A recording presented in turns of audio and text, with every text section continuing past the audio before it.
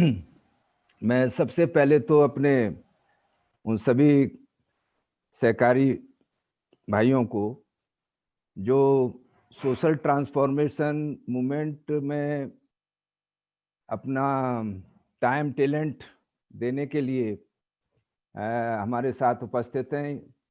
और खुशी की बात है कि हम लोग बहुत गंभीरता से एक ऐसे वैचारिक चिंतन में इस वक्त पार्टिसिपेट कर रहे हैं जो आमतौर पर ऐसा कहीं शायद मिलता नहीं है सुनने को और देखने को और समझने को। तो मैं सभी को बहुत बहुत उनका अभिवादन करता हूं, उनको जय भीम करता हूं, उनका स्वागत करता हूं। और आज इस विषय के ऊपर कुछ बोलने से पहले मैं अपना महानायक Kashiram ji school of thinking का जो एक बहुत ही पॉपुलर स्लोगन है, lest be forget the proof must be a continuous process.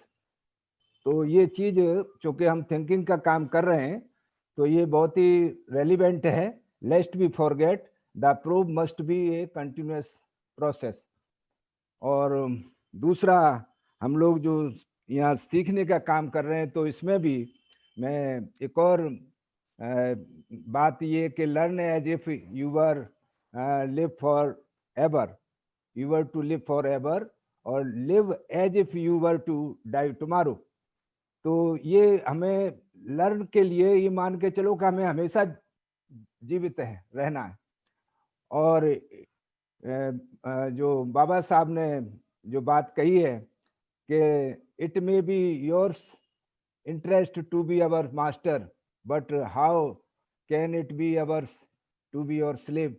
तो ये चीज भी, चूंकि हम रिकंस्ट्रक्शन ऑफ सोसाइटी और रिकंस्ट्रक्शन ऑफ इंडिविजुअल की बात कर रहे हैं, तो ये बात जो है मैंने आपके सामने रख करके आपको सेंसिटिव करने के लिए और आपको इस पर कांस्टेंट करने के लिए बात आपके सामने रखी है।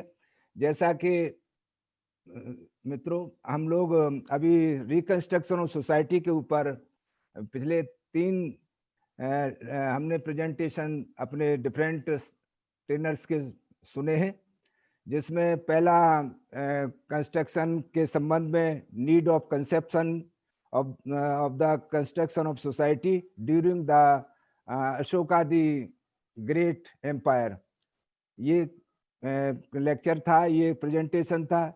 एक और प्रेजेंटेशन था vision of the Ashoka the great and professor John Davy.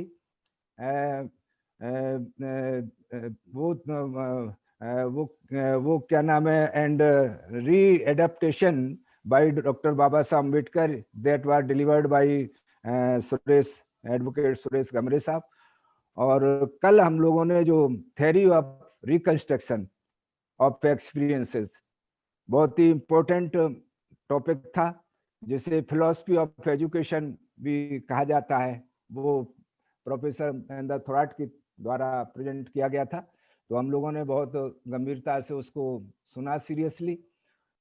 तो साथियों, मैं यहाँ ये बात और आपके सामने रखना चाहूंगा कि हम सभी जानते हैं कि जिन विषयों पर हम चर्चा करते हैं वह सभी सीखने और सिखाने के लिए हैं, और इसमें कुछ भी अंतिम नहीं है। यह कॉम्प्रिहेंसिव है, व्यापक है, इसमें कोई भी संशोधन, कोई संवर्धन स्वीकार्य रहता है। और इसमें ज्यादातर जो वक्ता हैं, जो ज्यादातर जिन लोगों ने जो अपना प्रेजेंटेशन देते हैं, तो उनका अपना ज्यादा कुछ नहीं होता है। ये सब महानायक Kashiram ji school of thinking का सिलेबस है, जिसमें सोशल ट्रांसफॉर्मेशन मूवमेंट के लिए उपयोगी विचारों पर अध्ययन किया जाता है, चर्चा की जाती है, ताकि जो मतलब हमारे अनेक विद्वानों ने प्रतिपादित किए हैं। तो इसलिए जो क्वेश्चन आते हैं, तो इसमें कोई ज्यादा, जैसे एक क्वेश्चन आया था अभी पीछे एडवोकेट सुरेश गमरे का, जिस दिन प्रेजेंटेशन था, कि डॉक्टर बाबा साहब ने प्रोफेसर जॉन डेवे से क्या कौन से प्रिंसिपल, तो ऐसा कुछ नहीं है। हमें अगर संशोधन या संवर्धन करना है तो वो किया जा सकता है, क्योंकि ये सिर्फ एक सिलेबस है, और वो भी हमारा अपना नहीं है, बल्कि एक बहुत बड़े जो हमारे देश की एक बहुत बड़ी उपलब्धि है, centre for study of professor John Dewey, और ये दूसरा महानायक Kashiram ji school of thinking, जो एक अनूठा और एक मैं समझता हूँ एक इंडिविजुअल एफर्ट है जो देश के अंदर, तो इसमें हमें ज़्यादा वो अपना डिफरेंस लाने की आवश्यकता नहीं है। और आज जिस विषय पर मुझे अपना जो प्रेजेंटेशन देना है वह है what is the meaning of reconstruction of individual and society, और life is a self renewal process. तो ये रिकंस्ट्रक्शन के बारे में कल ही जब इस मीटिंग को, जब सेशन को कंक्लूड किया जा रहा था, तो MKSOT के जो डायरेक्टर जनरल हैं आदरणीय धीमंत PR अम्बेडकर साहब, उन्होंने कल हम लोगों को कई बार रिपीट किया था कि ये reconstruction is simply status quo versus transformation और रिवीजन और change. Status quo versus status कोस्ट वर्सेस ट्रांसफॉर्मेशन और रिवीजन और चेंज, ये रिकंस्ट्रक्शन है। तो इसलिए हमको ये मान के अब आगे हम अपनी चर्चा करेंगे, और इसमें आज का जो ये रिकंस्ट्रक्शन है, तो इसके लिए जो सोर्स मटेरियल है वो इसी रिकंस्ट्रक्शन ऑफ इंडिविजुअल और एज वेल एज सोसाइटी के लिए हमारा कास्ट, डी कास्ट और कास्टलेसनेस, ये सब इसका सोर्स मटेरियल रहेगा, या ये हमारा इसका सूत्र है, बेस है, जिस पर हम रिकंस्ट्रक्शन की बात आगे बढ़ाएंगे। और ये जो आज चूंकि हम PBSP के इस प्रोग्राम में टैलेंट की पेबैक करने की चर्चा कर रहे हैं, या टैलेंट को रिसीव करने की और फिर पेबैक करने की, बैक करने की जो चर्चा है, तो इसके लिए अगर हम थोड़ा ये जो एक प्रोफेसर जॉन डेवे का ही कथन है कि देयर वाज ये revolution in thinking by Buddha which was ultimately to affect much of Asia। तो ये जो रेवोल्यूशन इन थिंकिंग है, तो कमो बेस यही काम आज हम PBSP के प्रोग्राम में सोच सकते हैं, मान सकते हैं कि ये जो thinking in revolution in thinking का काम हम सोच विचार में जो जो एक क्रांति है, एक जो अचीवमेंट है, और ये कोई मामूली बात नहीं है। अगर हम देखें तो इंग्लैंड में जो प्योरिटिज्म था, प्योरिटिज्म, तो वो इंग्लैंड का प्योरिटिज्म ये बदलाव का ही एक रास्ता उसने प्रशस्त किया था। ये जो थिंकिंग रेवोल्यूशन इन थिंकिंग है, तो ऐसा ही इंग्लैंड में जो प्योरिटिनिज्म जो कहा जाता है जिसको, कि वो भी बदलाव का एक रास्ता प्रशस्त करने वाला था। और पैगंबर मोहम्मद साहब द्वारा भी जो इस्लामिक क्रांति हुई वो भी इसी तरह का, और गुरु नानक देव जी की जो वैचारिक क्रांति है जिसके बाद सिखों का शासक कौम में परिवर्तन होना, ये आदि सब वैचारिक क्रांति के स्पष्ट उदाहरण हैं, जिसको बाबा साहब डॉक्टर अम्बेडकर ने, जो उनकी बहुत ही अमूल्य कृति है एनिहिलेशन ऑफ कास्ट, उसमें उद्धृत किया है। तो ये हम इनको जो कभी कभी लोग कह देते हैं भाई PBSP का हमारी समझ में नहीं आता क्या है मामला, तो मैंने बहुत सारे ऐतिहासिक पृष्ठभूमि को लेते हुए ये आपके सामने संक्षेप बात रखी। अब मैं ये कहना चाहूंगा कि अनुभवों का पुनर्निर्माण ही समाज या व्यक्ति का पुनर्निर्माण है। थ्योरी ऑफ एक्सपीरियंस में एक सिद्धांत अभी कल हम लोगों ने सुना था कि स्वयं के द्वारा किए गए कार्य से जो परिणाम प्राप्त होता है वो एक्सपीरियंस है। लेकिन इसमें जैसे एक्शन प्लस कॉन्सिक्वेंसेस, ये और इसका उदाहरण था कि जैसे कोई बच्चा जलती हुई मोमबत्ती पर हाथ रख देता है, तो ये जलती हुई मोमबत्ती पे हाथ रखना उसका एक्शन हो गया और हाथ का जलना परिणाम हो गया, और उससे जो उसको तकलीफ होगी वो अनुभव है। ये इस तरीके से कल एक एग्जाम्पल इसमें थ्योरी ऑफ एक्सपीरियंस में, जिसे फिलोसफी ऑफ एजुकेशन कहा जाता है, उसमें आई थी। लेकिन दूसरी तरफ एक ये भी थ्योरी है कि society exists through a process of transmission, and the transmission occurs by communication of habits of doing, thinking and feeling from older to younger. ये भी दूसरी इसकी थ्योरी है एक्सपीरियंस की। तो अब इसमें इसके आधार पर ये कास्ट कल्चर है, स्टुपिडिटी ऑफ कास्ट है, डी कास्ट है और कास्टलेसनेस है। इसके संबंध में अनेक प्रकार के अनुभव समाज और व्यक्ति को प्राप्त हुए हैं। ऐसे ही education of philosophy of Ambedkar में है, थिंकिंग स्किल और कोऑपरेटिव एजुकेशन एंड स्किल के विषय में जो अनेकों संतों, गुरुओं और विद्वानों के जो अनुभव हमारे पास उपलब्ध हैं, उनका पुनर्गठन और पुनर्निर्माण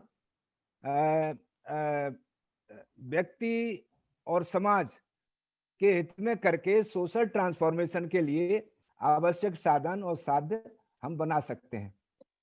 सहकारियों, अब मैं आपका ध्यान दिलाना चाहूंगा कि इस संबंध में विद्वानों का अनुभव एवं उनका मार्गदर्शन क्या है। ये जो मैंने सोर्स मटेरियल आपके सामने बताए, तो जैसे कास्ट है, कास्ट के संबंध में तो अगर हम देखें तो यह अनुभव ये बताता है कि we are victims of caste culture. इसमें अनथिंकिंगनेस है और उसके कारण हम इंटेलेक्चुअल ट्रैप के शिकार हो जाते हैं। जैसे इंटेलेक्चुअल ट्रैप का भी एक ताजा उदाहरण है कि हम लोग कहते हैं सामाजिक परिवर्तन और उसके लिए समता मूलक समाज की स्थापना, और हमारे विरोधी कहते हैं समरसता। तो ये इंटेलेक्चुअल ट्रैप है। मतलब हमारे इंटेलेक्चुअल लोग भी कभी कभी कह सकते हैं भाई वो भी तो हमारे जैसे ही है, लेकिन उसका जमीन और आसमान का अंतर है। तो ये अनथिंकिंगनेस से हम इंटेलेक्चुअल ट्रैप के शिकार होते हैं। और मैंने कहा जैसा कि जो हमारे सामने जो अनुभव है, सोशल हायरार्की के कारण हम स्लेवरी के उसमें आ जाते हैं, शिकार बनते हैं। इससे नो लिबर्टी नो जस्टिस हमारे उसमें आता है। ब्लाइंड फेथ है, रिलीजियस ट्रेडिशंस है, सुपरस्टिशंस है। ये सब कास्ट का जो हम विक्टिम हैं, कास्ट कल्चर के कारण मैं बता रहा हूं कि क्या क्या हमको अनुभव बताते हैं। डिस्ट्रॉयड कॉपरेशन है, ये इसी कास्ट कल्चर स्टुपिडिटी के कारण है। Minimize the dignity and importance of life है, और एंटी सोशल है, ये एंटी ह्यूमन है, एंटी नेशनल है। ये जो कास्ट का जो कल्चर का जो अनुभव है, तो ये हमें, और बाबा साहब डॉक्टर अम्बेडकर ने भी 1916 में ही लिखते हैं। जब वो 1916 का मतलब बहुत अर्ली एज में बाबा साहब ने जो अनुभव किया, उसको उन्होंने अपनी जो कृति है, उनकी जो बुक है, किताब है, caste in India, its origin, techniques and expansion. तो बाबा साहब की उस वक्त बहुत ज्यादा एज नहीं थी। मैं समझता हूँ कि 91 और 16 तो 9 6 25 साल की एज में बाबा साहब ने जो बात कही, तो उस अनुभव का दुनिया ने नोटिस लिया, दुनिया ने उनको समझा, और आज तक हम लोग उनके उसको जानते हैं कि ये कितनी बड़ी बात बाबा साहब ने अपने अनुभव के आधार पर। और इसी में आगे बाबा साहब ने जो एनिलेशन ऑफ कास्ट लिखा है, जिसमें वो कास्ट को कास्ट बताते हैं, नोशन है, स्पिरिट ऑफ माइंड है, स्पिरिट ऑफ इनइक्वलिटी है, स्पिरिट ऑफ आइसोलेशन है। ये जो कास्ट के संबंध में, क्योंकि सोर्स मटेरियल मैंने जैसा बताया कि हम अपने उन्हीं जो हमारे सिलेबस के इर्द गिर्द है उससे से लेते हुए, अब जैसे एजुकेशन फिलॉसफी ऑफ अम्बेडकरिज्म के बारे में अगर हम देखें तो इसको भी पढ़ने के बाद जो हम अनुभव फील करते हैं और जो हमें जो अपने विद्वानों से मिला है, तो हम पाते हैं कि ये जो फिलॉसफी ऑफ अम्बेडकरिज्म है, एजुकेशन फिलॉसफी, तो उसमें फोर्स्ड इग्नोरेंस और denial of education, right to have arms, right to have property, और ये बहुत सारी चीजें। और इसको हम अगर अपने और देखें तो हमारे जो संत गुरु और महापुरुष हुए हैं, तो उनकी जो एजुकेशनल अप्रोच है, तो उसमें हम पाते हैं कि ये जो इस एजुकेशन का हमारे अनुभव में अगर देखें तो बहुत बड़ा हमारा अहित हुआ है, बहुत बड़ा हमारा अधपतन हुआ है। महात्मा फूले का जो शिक्षा सूत्र है, बाबा साहब अम्बेडकर का जो एजुकेशन के संबंध में कहना है, तो अगर हम उसे देखें तो महात्मा फूले का जैसे विद्या बिना मति गई, मति बिना नीति गई, नीति बिना गति गई, गति बिना धन गया, धन बिना धन के अभाव में शूद्र हताश हुए, और अकेले विद्या के न होने के कारण ये इतना बड़ा अनर्थ हुआ। तो ये बाबा साहब ने भी जो एजुकेट, एजिटेट एंड ऑर्गेनाइज का जो, तो ये सारे अनुभव के आधार पर मतलब उन्होंने दिए हैं और आज हमारे सामने जो ट्रांसमिट हुए हैं, तो उसके आधार पर अब यहाँ हम ये भी देख सकते हैं कि we do not get real education. जो आज एजुकेशन है, तो एजुकेशन की जो स्थिति है, तो उसमें आप पाते हैं कि हमको जो ये जो एजुकेशन, रियल एजुकेशन न मिलने की वजह से हमारे सामने ये बहुत बड़ी समस्या इसकी बनी हुई है कि हम इसमें एक सेकंड,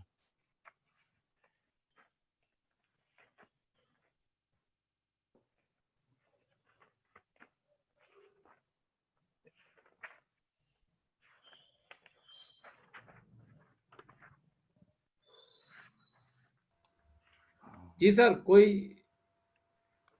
यस यस यस, चलिए खैर, एजुकेशन का जो हमारे सामने, क्योंकि हमको जो एजुकेशन मिल रही है, तो उसमें हमारे हमारे लिए जो होना चाहिए वो नहीं है इस एजुकेशन में, और उसके कारण हम ये जो जैसे जॉन डिबे की अगर हम फिलॉसफी पढ़ते हैं तो पाते हैं कि education is not only preparation of life, education is life itself. लेकिन यहाँ हम देखते हैं कि education is a process of development of the experience, by the experience and for the experience. और जो हम जिस तरह की एजुकेशन चाहते हैं, तो उसका यहाँ हम देखते हैं कि ये जो आपका एजुकेशन से जो एक्सपीरियंस बनना चाहिए, और एक्सपीरियंस के बाद सेंसिटिविटी एटीट्यूड होना चाहिए, इंडिविजुअल एफिशिएंसी होनी चाहिए, सोशल एफिशिएंसी होनी चाहिए, डिग्निफाइड सोसाइटी बनने, ये बहुत सारी जो रियल एजुकेशन है, तो वो हमें ये हम उनकी एजुकेशनल फिलॉसफी और अम्बेडकरिज्म से हासिल कर सकते हैं। ऐसे ही थिंकिंग स्किल के बारे में अगर हम अनुभव करते हैं, तो अशोक महान की जो शिक्षा नीति है, जिसमें उनके शासन काल में जो आणविक की विद्या थी, जिसमें आप पाते हैं कि हम पाते हैं कि प्राथमिक स्तर से लेकर स्नातक तक सोच विचार करने वाली शिक्षा थी, जिससे थिंकिंग समाज तैयार हो रहा था, थिंकिंग सोसाइटी बन रही थी। तो उसको मनुस्मृति के प्रभाव में आने के बाद, मनुस्मृति का काल आने के बाद, या पुष्यमित्र शुंग का शासन आने के बाद उसको तहस नहस कर दिया गया, उसको समाप्त कर दिया गया। और जो मनुस्मृति लिखी गई, तो मनुस्मृति को अक्सर मैंने महानायक Kashiram ji school of thinking को थिंकिंग में अपने ट्रेनिंग के दौरान ये पढ़ा था कि वो कहते हैं कि Manusmriti was a successful project to convert majority thinking people into unthinking people in India to initiate and perpetuate slavery culture. तो ये इस तरह की जो जो जो अनुभव है हमारे सामने, तो इनको हम पाते हैं कि आज ऐसे ही इस थिंकिंग स्किल से हम दूर रहने के कारण आज blindly following the tradition and superstitions, ये जो हमारी जो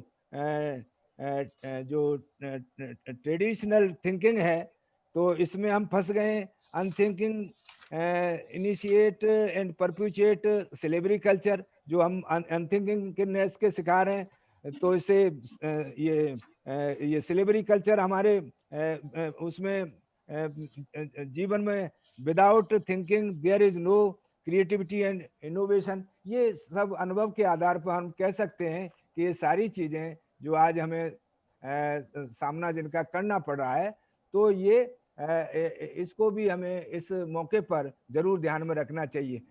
अब जैसे कॉपरेशन का एक कॉपरेशन इन एजुकेशन है, कॉपरेशनल एजुकेशन है, या तो कॉपरेशन के बारे में भी हमारे विद्वानों ने कहा है। जैसे बर्ट्रैंड रसल साहब का ये कहना है कि इट्स ए को एग्जिस्टेंस और नो एग्जिस्टेंस। वही कहते हैं कि the only thing that will redeem mankind is cooperation. तो ऐसी बहुमूल्य जो हमारे पास अनुभव हैं, तो उनको अगर हम रिकंस्ट्रक्शन करते हैं, तो निश्चित तौर पर हम एक प्रोग्रेसिव सोसाइटी खड़ी कर सकते हैं, एक इंटेलेक्चुअल इंसान बन सकते हैं। वो उसमें कोऑपरेटिव एजुकेशन में ही कहते हैं कि इसमें no collective and cooperation activities in the victim society, lack of responsible individual and intellectuals. इसमें अनुभव ये बताता है कि हमारा जो कॉपरेशन एजुकेशन न होने की वजह से लैक ऑफ रेस्पॉन्सिबल इंडिविजुअल नहीं रहे, लैक ऑफ रेस्पॉन्सिबल इंटेलेक्चुअल भी नहीं हम दिखाई देते हैं। आज की कमी दिखाई देती है इंटेलेक्चुअल्स की। और अनेबल टू अडॉप्ट, और इसमें कॉपरेशन के कारण कॉपरेशन न होने के कारण हम unable to adopt cooperative values. जो कोऑपरेटिव के सिद्धांत हैं और कोऑपरेटिव की जो मूल्य हैं, जिसमें आपका ये जो आपकी ऑनेस्टी है, आपकी ये जो आपकी एक सेकंड, आपकी ऑनेस्टी है, आपकी ये ऑनेस्टी है, इंडिपेंडेंट है,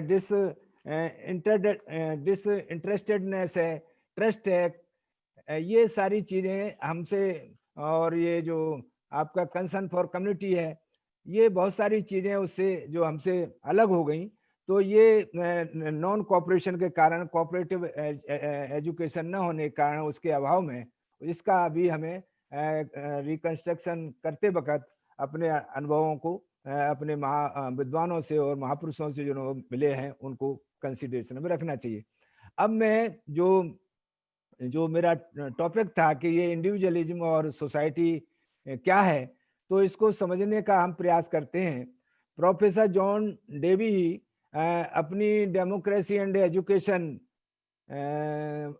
की जो उनकी किताब है, बहुत ही वर्ल्ड फेम की, उसके चैप्टर 22 में वो कहते हैं व्यक्ति के बारे में।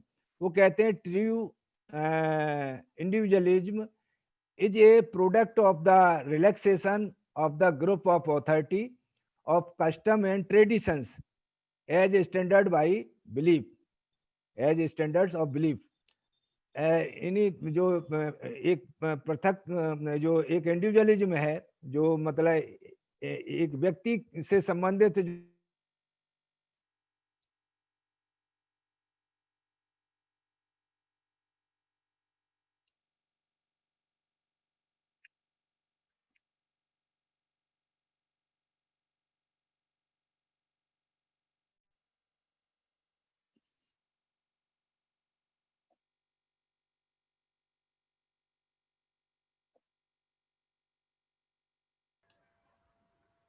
सर आवाज सस्टेन हो गई है।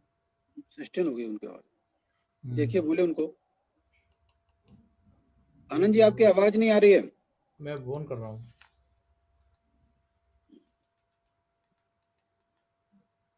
तो कभी कभी सर ना वो प्रॉब्लम हो ही जाती है।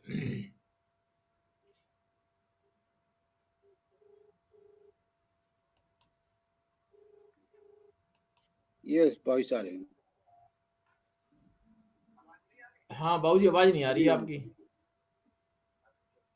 हाँ बस 1 मिनट हुआ है, ज़्यादा नहीं। हाँ जी जी जी, नहीं उसको दोबारा आप जॉइंट करो।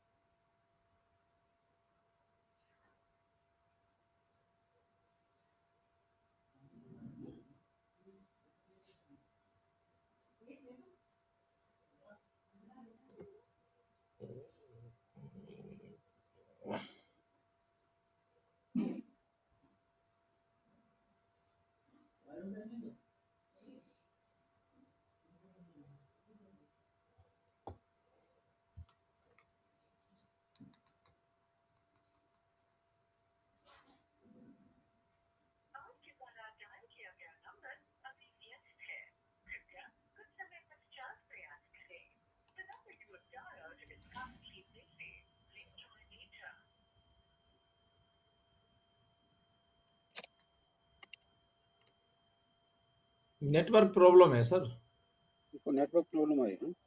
हम्म, ये नेटवर्क अभी हम आने वाले समय में हमारा खुद का नेटवर्क हो, आइडिया जी का है, एयरटेल का है, ऐसा हम्म, छोटा सा नेटवर्क हमारा खुद का हो, उस पर ध्यान देना होगा।